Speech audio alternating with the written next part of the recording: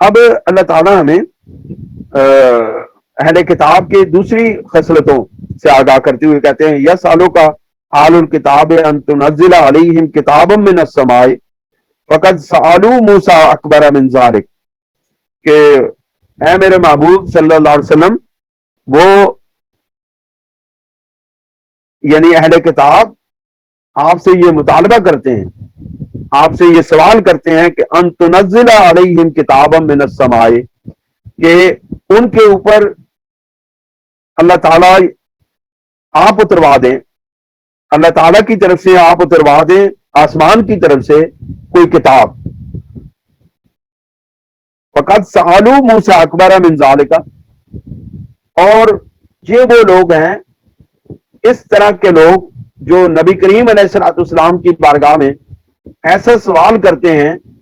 کہ جو بارگاہ مصطفیٰ صلی اللہ علیہ وآلہ وسلم کی شان کے خلاف ہے۔ اللہ رب العزت ان کی اس خصلت کے پیچھے جو ایک مینٹلٹی ہے یا ایک سوچ اور فکر ہے، اس کو بیان کرتے ہوئے فرماتے ہیں کہ آپ سے تو یہ ایک کتاب کے نزول کا، ایک کتاب کے نازل کرانے کا مطالبہ کر رہے ہیں، لیکن تحقیق ان لوگوں نے حضرت موسیٰ علیہ السلام سے اس سے بھی بڑا مطالبہ کیا تھا، اس سے بھی بڑا مطالبہ کیا تھا۔ وہ کون سا؟ فقالو، انہوں نے کہا تھا ارن اللہ جہرتن، کہ ہمیں اے موسیٰ علیہ السلام، ہمیں اللہ رب العزت کو کھلی آنکھوں سے دکھاؤ، ہم تب آپ پر ایمان لائیں گے جب ہم حضرت اللہ جل شانہ کو اپنی کھلی آنکھوں سے، اپنی جو سر کی آنکھیں ان سے دیکھ لیں۔ تو جب اللہ رب العزت نے ان کے اس مطالبے کو پورا کیا، حضرت موسیٰ علیہ السلام نے اللہ رب العزت کی بارگاہ میں عرض کی کہ مولا کریم یہ مطالبہ کرتے ہیں، یہ آپ کو اپنی آنکھوں سے دیکھنا چاہتے ہیں۔ تو حضرت موسیٰ علیہ السلام نے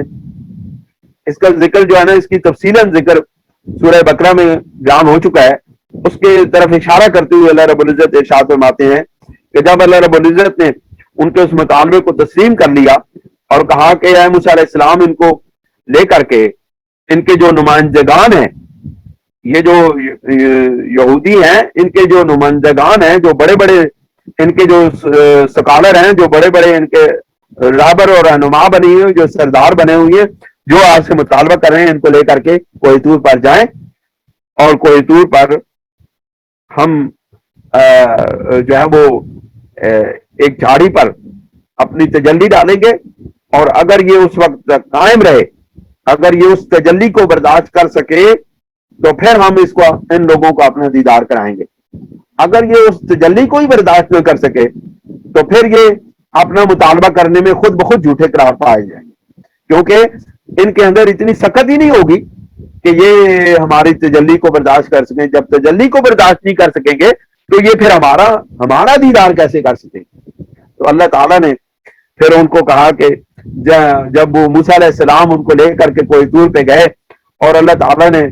اس ایک جھاڑی پر اپنی تجلی ڈالی، تو اس تجلی کو دیکھ کر کے موسیٰ علیہ السلام اور آپ کے جو ساتھی تھے، آپ کے جو ساتھ جو ہے دیدار کا مطالبہ لے کر کے گئے تھے، وہ سب بے ہوش ہو گئے، وہ ان کے اوپر ایک موت کی کیفیت طاری ہو،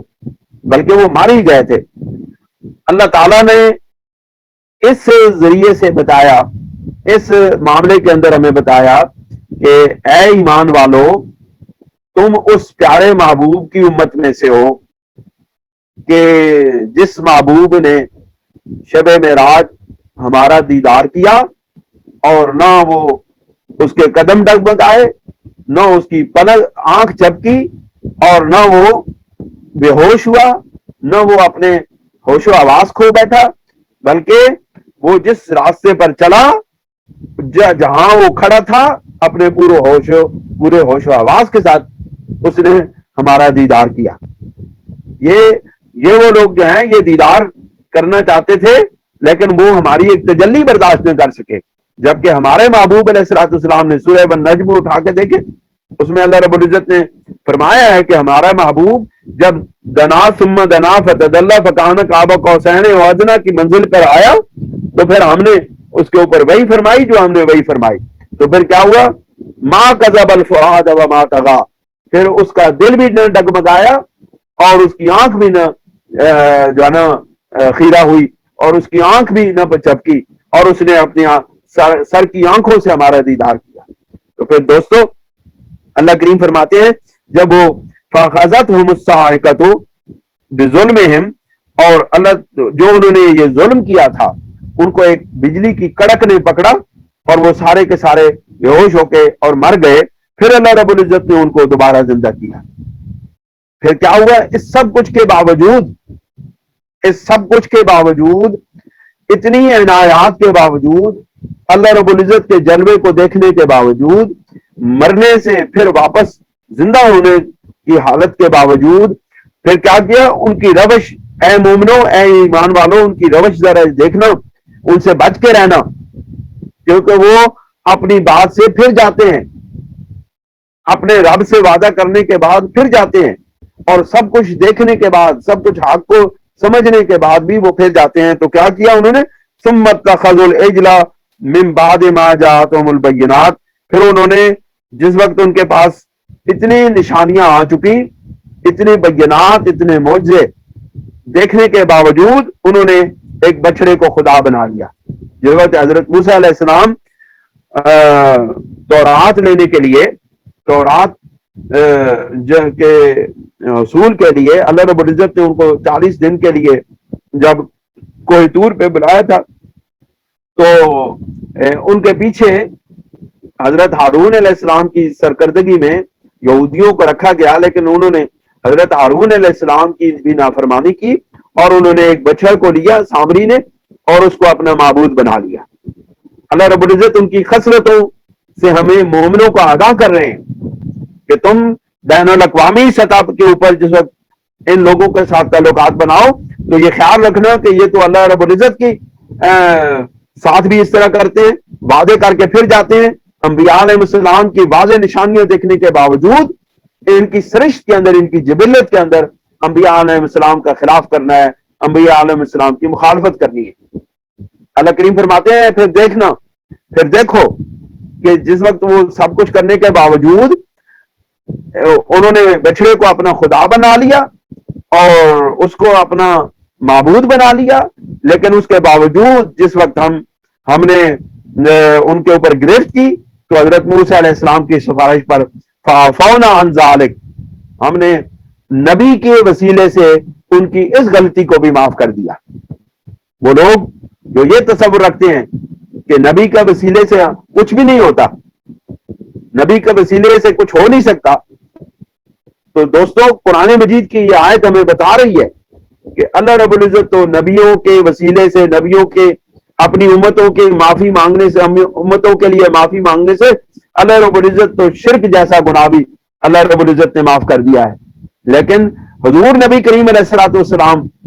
کا یہ فیض ہے، آقا علیہ الصلوۃ والسلام کا یہ کرم ہے کہ نبی کریم علیہ الصلوۃ والسلام کی امت کم از کم حضور علیہ الصلوۃ والسلام نے اس بات کی حدیث پاک میں ضمانت دی ہے کہ میری امت کم از کم شرک کے اوپر متفق نہیں ہو سکتی اور گناہوں کے اوپر متفق نہیں ہو سکتی. تو دوستو ہمارے اوپر نبی کریم علیہ الصلوۃ والسلام کا اتنا کرم ہے کہ ہم تو کم از کم ٹھیک ہے، ہم گناہگار ضرور ہیں لیکن ہم نبیوں کا انکار کرنے والے نہیں ہیں، ہم نبیوں کی مخالفت کرنے والے نہیں ہیں. اور ہم امام الانبیاء کا تو جب اہل ایمان کے سامنے نام آ جاتا ہے تو ان کے سر نیاز کے ساتھ اور عاجزی کے ساتھ جھک جاتے ہیں. پھر اللہ کریم ارشاد فرماتے ہیں وَآتَيْنَا مُوسَىٰ سُلْطَانًا مُبِينًا، اور ہم نے موسیٰ علیہ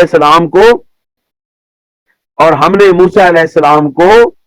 ایک غلبہ، واضح غلبہ عطا فرمایا. اب اس کی علماء کرام نے، اہل اللہ نے مختلف توجیہات بیان کی ہیں. یہ سلطان مبینہ کے متعلق یہ فرمایا ہے کہ جس طرح حضرت موسیٰ علیہ السلام کو غلبہ اس طرح عطا ہوا کہ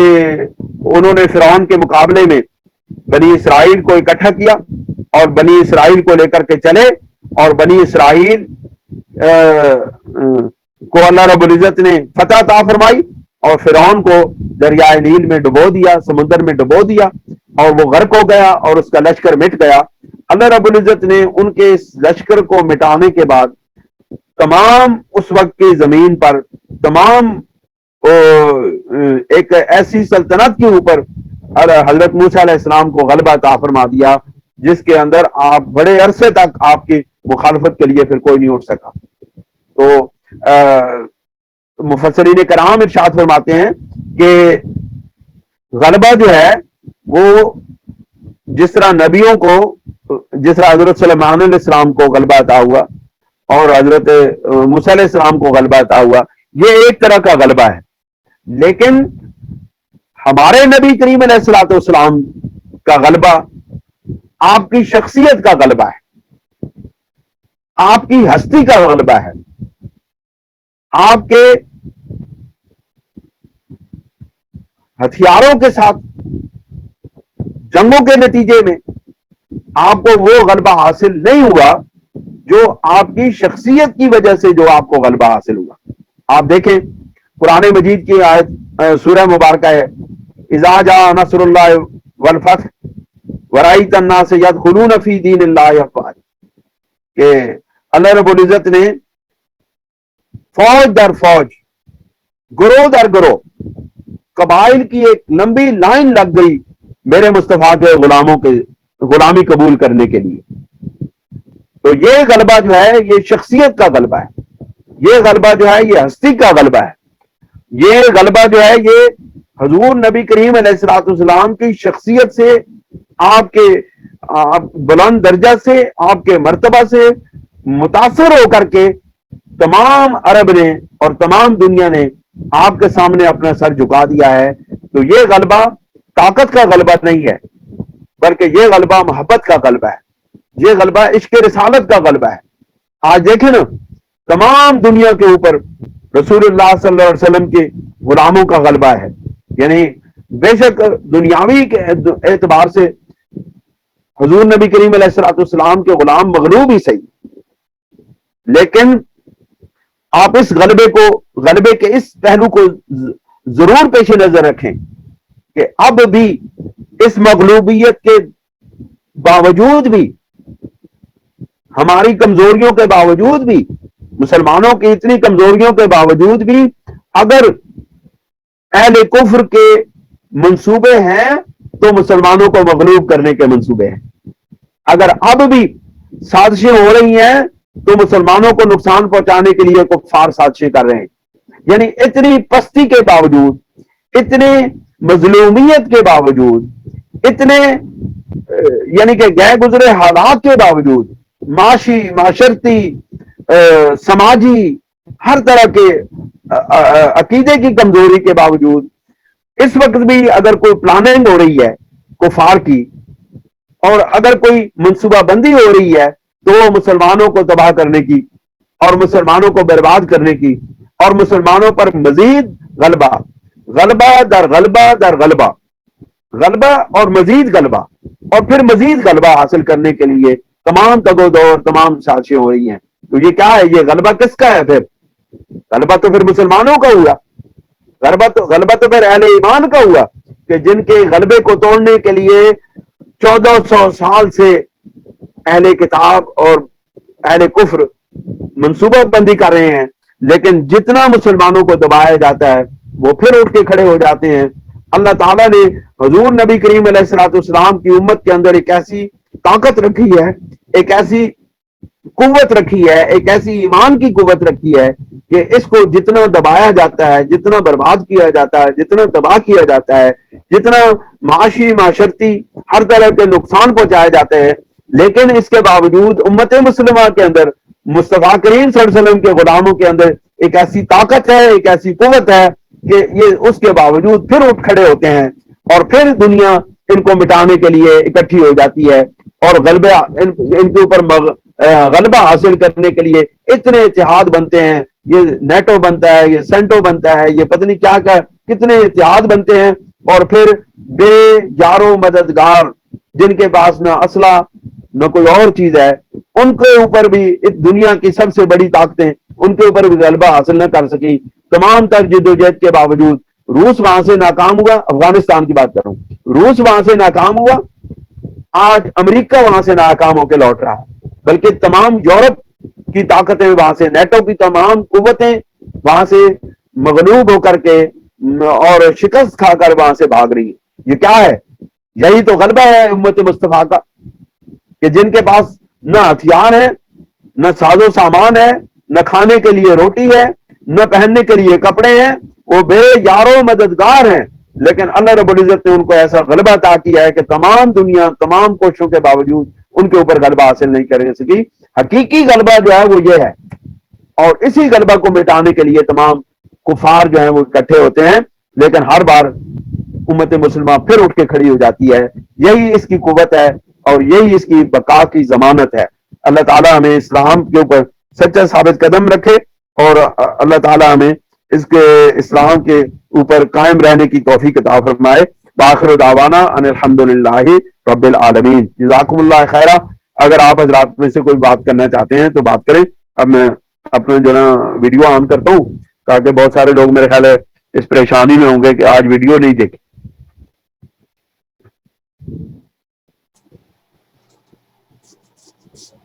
سبحان اللہ جناب جی. یہ میں یہ پوچھنا چاہ رہا تھا کہ سورہ نساء کی آیت نمبر 48 ہے نا, اس میں اللہ تعالیٰ نے فرمایا کہ ان اللہ لا یغفر ان یشرک بہ ویغفر ما دون ذلک لمن یشاء.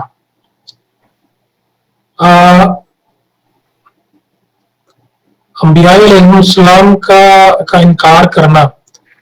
آیا یہ بھی شرک میں آتا ہے؟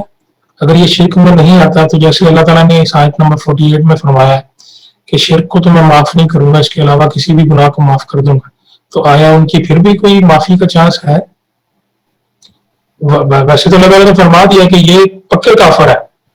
کافر حق کا, لیکن پھر بھی کوئی ہے چانس یا پکا ٹھپا ہے؟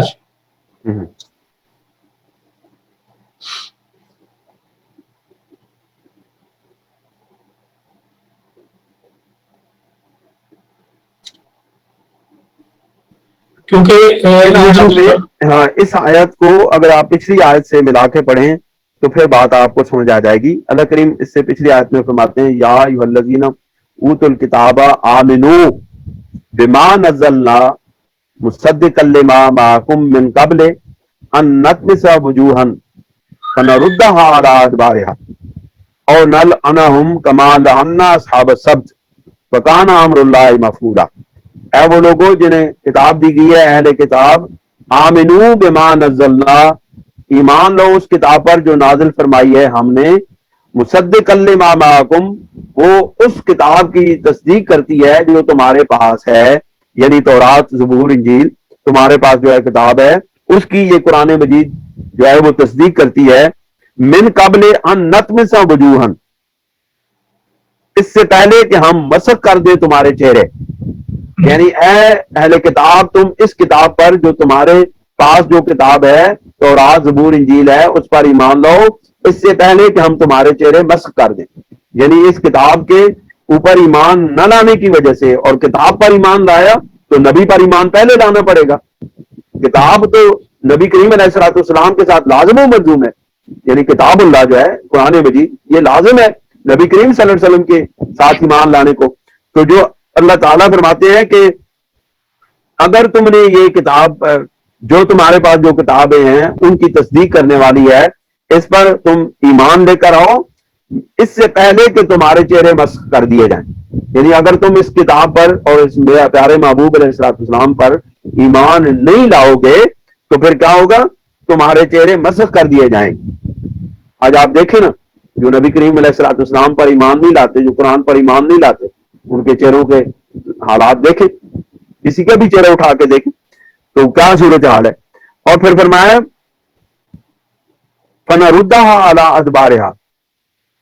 پھر پھیر دیں انہیں پشتوں کی طرف, یعنی ان کو واپس لوٹا دیں اس گمراہی کی طرف. اور نلعنہم, یا ان پر لعنت کریں, کما لعنا اصحاب السبت, جس طرح اصحاب سبت پر لعنت کی گئی تھی.